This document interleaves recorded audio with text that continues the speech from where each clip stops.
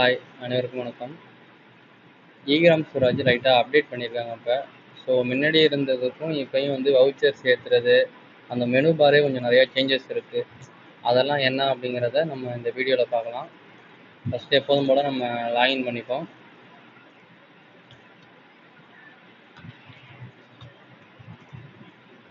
நீங்கள் லாகின் பண்ணிங்கன்னா எப்போதும் லெஃப்ட் சைட் கார்னரில் உங்களுக்கு மெனு வரும். என்னென்ன இந்த voucher transaction, progress reporting, my profile, அந்த ஆப்ஷன்லாம் லெஃப்ட் சைட் கார்னரில் உங்களுக்கு வரும். அது இப்போ அப்டேட்டில் இந்த மெனு பட்டன் இருக்கா, இந்த மெனு பட்டனை கிளிக் பண்ணிங்கன்னா இதில் அந்த ஆப்ஷன் எல்லாமே இருக்கும் உங்களுக்கு. இதில் இப்போ வவுச்சர் நீங்கள் ஏற்றணும் அப்படின்னா voucher and management, payment management அப்படிங்கிறத கிளிக் பண்ணுவீங்க. அக்கௌண்டிங் சம்மந்தப்பட்டது பார்க்குறது வந்து அக்கௌண்டிங் மேனேஜ்மெண்ட்டை கிளிக் பண்ணி பார்ப்பீங்க. ப்ரொஃபைல் பார்க்குறதுக்கு ப்ரொஃபைல் மேனேஜ்மெண்ட்டை செலக்ட் பண்ணி பார்த்துருவீங்க. வவுச்சர் மேனேஜ்மெண்ட்டை எப்போதும் அதிகமாக யூஸ் பண்ணுவீங்க. இது எதுக்காகனா வரவு செலவுகளை மாதம் மாதம் இந்த வெப்சைட்டில் ஏற்றுறதுக்காக இந்த ஆப்ஷன் நீங்கள் யூஸ் பண்ணீங்க. இதை நீங்கள் கிளிக் பண்ணிங்கன்னா உங்களுக்கு ரெசிப்ட் வவுச்சர் ஆட் மேனேஜ் வந்துடும். அதேமாதிரி பேமெண்ட் வவுச்சரில் ஆட் மேனேஜ் வந்துடும். இதுக்கப்புறம் உங்கள் எல்லாருக்குமே தெரிஞ்சது தான். ஸோ ரெசிப்டில் போய்ட்டு ஆடு கொடுப்பீங்க. ஆடு கொடுத்துட்டு ரெசிப்ட் டைப் டேரெக்டாக பணம் வந்துச்சு, எந்த ரிசோர்ஸ் கொடுத்துட்டு அதர் ரிசோர்ஸ் கொடுத்து அதில் ஓன் ரிசோர்ஸ் கொடுத்துருவீங்க. வவுச்சர் டேட் கேட்கும். வவுச்சர் டேட் எந்த டேட்டில் பணம் வந்துச்சோ அந்த டேட்டு கொடுத்துருவீங்க.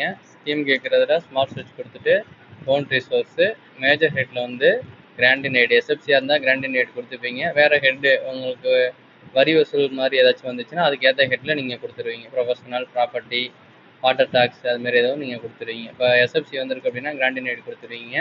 மைனர் ஹெட்டை பொறுத்த வரையும் ஸோ ஸ்டேட் கவர்மெண்ட்லேருந்து நம்மளுக்கு எஸ்எஃப்சி வரும், ஸ்டேட் கவர்மெண்ட் கொடுத்துருவீங்க. ஆப்ஜெக்ட் ஹெட்லேயும் கிராண்டின் ஐடிங்கிறத கொடுத்துருவீங்க. அப்புறம் எவ்வளோ அமௌண்ட் எஸ்எஃப்சி இருக்கோ அந்த எஸ்எஃப்சி அமௌண்ட்டை டைப் பண்ணிவிட்டு சப்மிட் கொடுத்துருவீங்க. சப்மிட் கொடுத்ததுக்கப்புறம் இது வந்து எந்த டேரெக்டாக பேங்க்குக்கு தான் நம்மளுக்கு இது அமௌண்ட் எல்லாமே போகுது. ஸோ பேங்க்ங்கிறத கிளிக் பண்ணிவிட்டீங்க. அக்கௌண்ட் நம்பர் கேட்கும். எந்த அக்கௌண்ட் நம்பரில் பணம் வந்திருக்கோ நீங்கள் அந்த அக்கௌண்ட் நம்பர் கொடுத்துப்பீங்க. First account number, first account இப்போ டிஎன் பாஸை பொறுத்து ஃபஸ்ட் அக்கௌண்ட்டு கிடையாது, ஏபிசிடியில் தான் இருக்குது. ஏற்கனவே யூஸ் பண்ண ஃபஸ்ட் அக்கௌண்ட் நம்பரை நீங்கள் செலக்ட் பண்ணிக்கிங்க.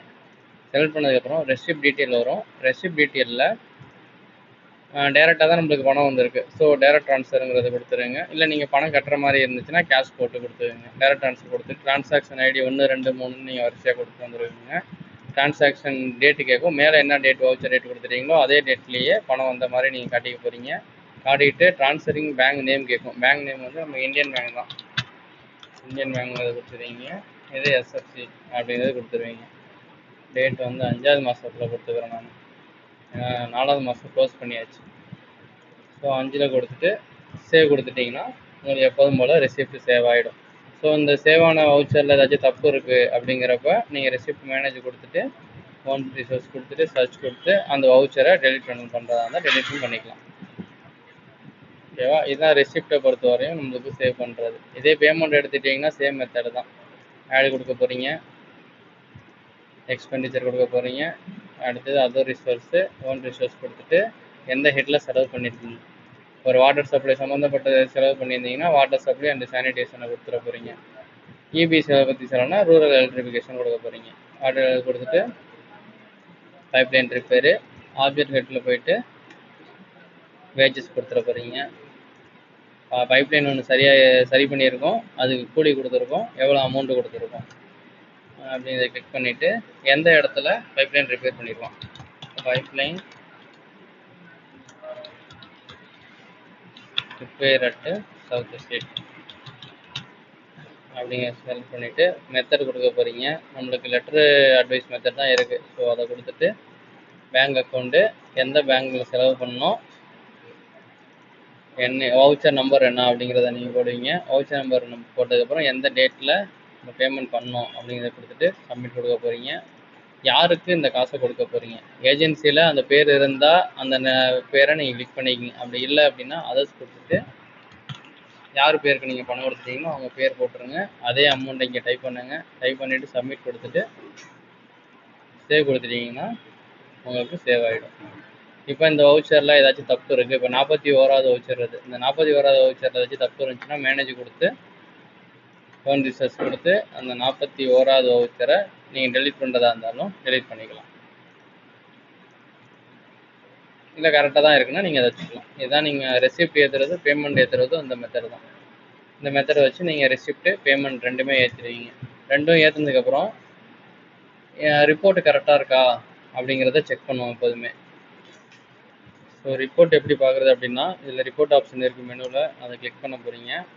அதை கிளிக் பண்ணோன்னே அதர் ரிப்போர்ட்டை கிளிக் பண்ணிவிட்டு account wise cash book report இந்த ஆப்ஷனை செலக்ட் பண்ணதுக்கப்புறம் பேங்க் அக்கௌண்ட்டு கேட்கும். எந்த அக்கௌண்ட்டுக்கு நீங்கள் பார்க்க போகிறீங்களோ அந்த அக்கௌண்ட்டோட பேங்க் நேமு, அக்கௌண்ட் நம்பர், எந்த மாதத்துக்கு பார்க்க போகிறோம், 26 ஃபஸ்ட்டு இயரை செலக்ட் பண்ண போகிறோம்.